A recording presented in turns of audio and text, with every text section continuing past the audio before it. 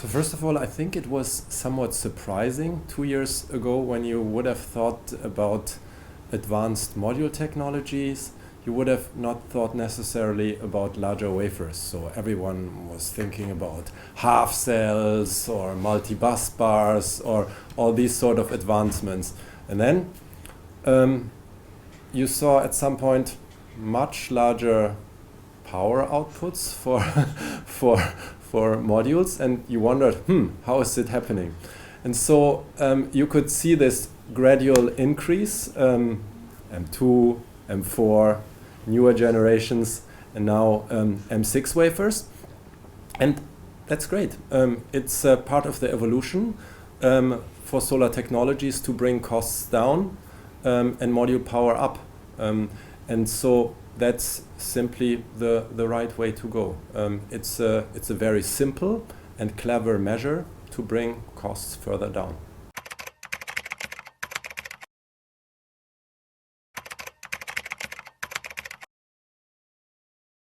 Well, sure.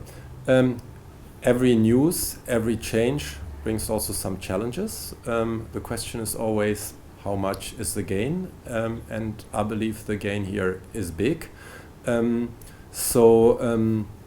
What we're seeing is obviously that if you have older equipment, as a cell manufacturer, you have to upgrade it, update it.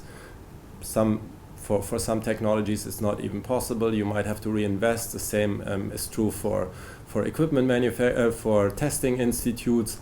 Nevertheless, that's with every change brings some challenges. The question is always what is the gain? I believe the gain here is pretty good, and that's why it's the right way to go. On the downstream side, you also see some challenges, and the challenges are twofold. On the one hand, maybe you have to change the mounting structures depending on what kind of mounting structures you have. But the even bigger challenge is that at the moment there are so many different sizes. And so that means there is not yet a standard. So that means you have M2, you have M4, now you have M6 coming. And so that means all these different wafer sizes bring also different module sizes, which makes it a challenge for EPCs, who of course would like to have one bin and simply say, okay, the module is 1 by 2 meters. That's very easy. That always fits. That's not the case. But this is actually what we should also work on, and the industry should work on, that this is being standardized again, so that it is easier for the customers in the end.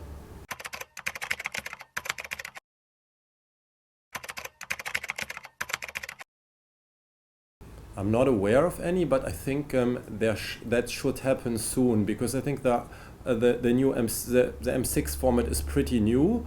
And since it is coming strongly, I think that there is a chance of doing that, because at the moment it seems that this is the way to go, and let's hope that module manufacturers can agree on this. So in the end, it has to come from module manufacturers that they basically agree on the standard, and then the customers profit.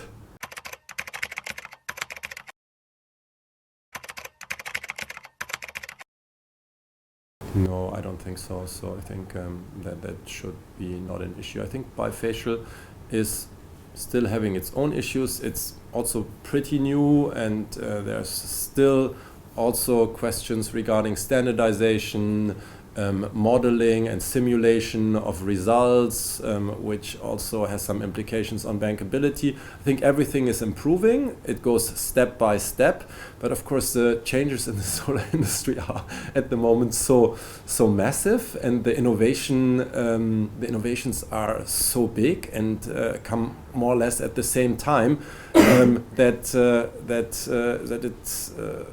that it requires also some time to digest that.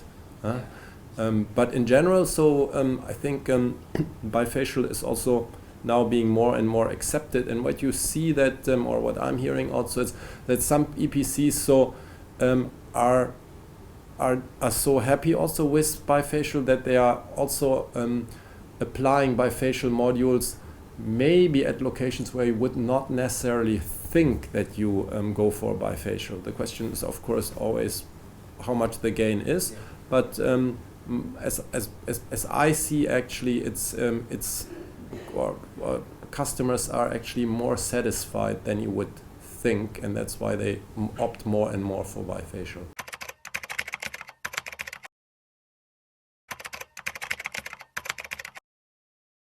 Well, Longi did a great job and a big favor of advancing the solar industry.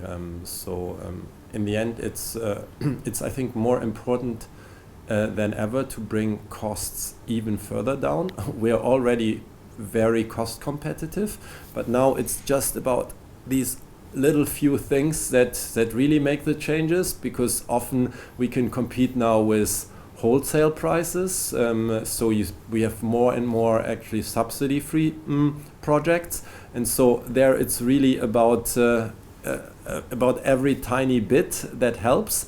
And since Longi was itself very ambitious in growing so quickly, so fast, and putting also a lot of effort on quality and high efficiency technologies, that basically helped the solar industry in advancing and developing and cutting costs even further. So actually, Longi did a great job here.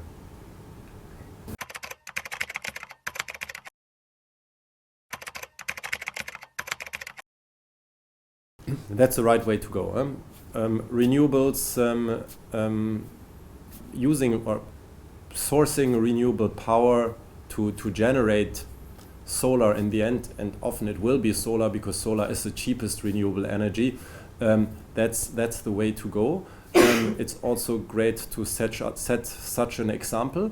We're seeing that also more and more around the world, that corporates beyond solar, especially in the B2C world, are very active. We see all the big data companies that have signed up for RE100 and many other companies in the consumer industry that really go now for renewables, for one reason, because it makes environmental sense, but also because it makes more and more economic sense. And bringing these two together, environment and economy, is the perfect way to go. And that's why solar to solar is a great concept.